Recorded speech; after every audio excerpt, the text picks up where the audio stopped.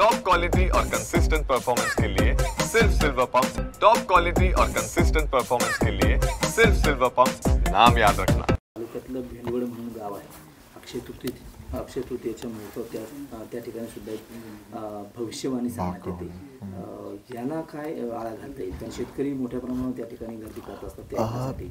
जादूटोणा विरोधी कायद्याअंतर्गत तर याच्याविषयी कलम नाही आहे, त्यामुळे कायदेशीररित्या त्याच्यावर कारवाई करणं अवघड आहे।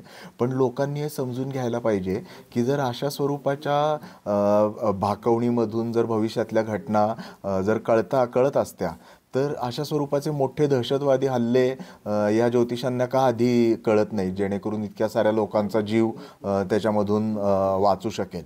तुम्ही जर गेल्या 5 वर्षातली ती भविष्यवाणी जर काढून बघितली तर त्याच गोष्टी फिरवून परत सांगितल्या जातात। त्याच्यामुळे त्या भाकवणीच्या नावाखाली हे सामान्य माणसांच्या आणि खास करून शेतकऱ्यांच्या भावनांशी खेळणं आहे। शेतकऱ्यांनी मला वाटतं अशा स्वरूपाच्या गोष्टींवरती विश्वास ठेवू नये।